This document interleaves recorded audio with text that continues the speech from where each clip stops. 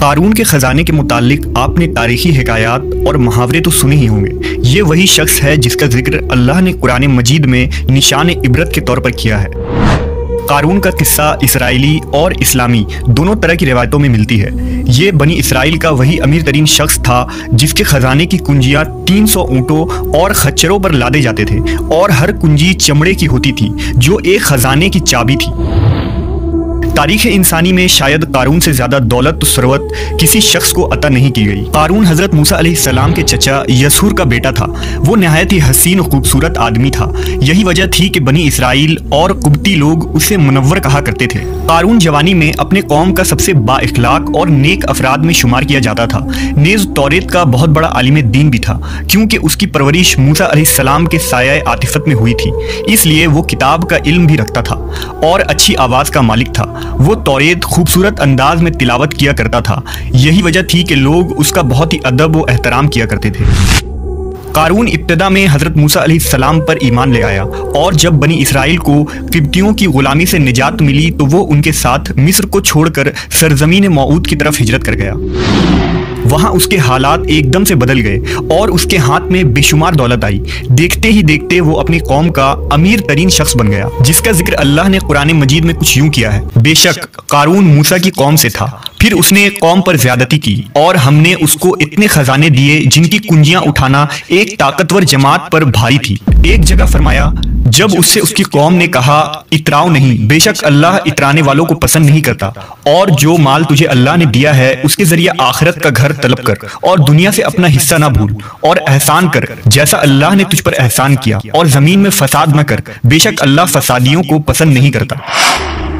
جب زکوٰۃ کا حکم نازل ہوا اور حضرت موسیٰ علیہ السلام نے اس سے عہد لیا تو اس نے یہ وعدہ کیا تھا کہ اپنے مال کا 1000واں حصہ زکوٰۃ نکالے گا۔ جب اس نے اپنے مال کا حساب لگایا تو ایک بہت بڑی رقم زکوٰۃ کی نکلی، لہٰذا اس کے دل میں حرص اور لالچ پیدا ہو گئی اور وہ زکوٰۃ کا منکر ہو گیا۔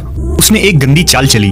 اس نے بنی اسرائیل میں سے ایک گروہ کو جو اس کی حمایتی تھے جمع کیا اور کہا، اے بنی اسرائیل، موسیٰ نے ہمیں بہت سارے امور کا حکم دیا جس پر تم لوگوں نے اس کی پیروی کی، اب وہ تم سے تمہارا مال بھی لینا چاہتا ہے۔ فلاں فاحشہ عورت کو لے کر آؤ تاکہ اسے کچھ پیسے دے کر موسیٰ کو بدکار ثابت کیا جا سکے۔ قارون نے اپنے قوم کے لوگوں کو جمع کیا اور حضرت موسیٰ علیہ السلام سے پوچھا کہ زنا کی کیا سزا ہے؟ حضرت موسیٰ علیہ السلام نے کہا، جو بھی زنا کرے حالانکہ اس کی بیوی بھی ہو تو اسے سنسار کیا جائے یہاں تک کہ وہ مر جائے۔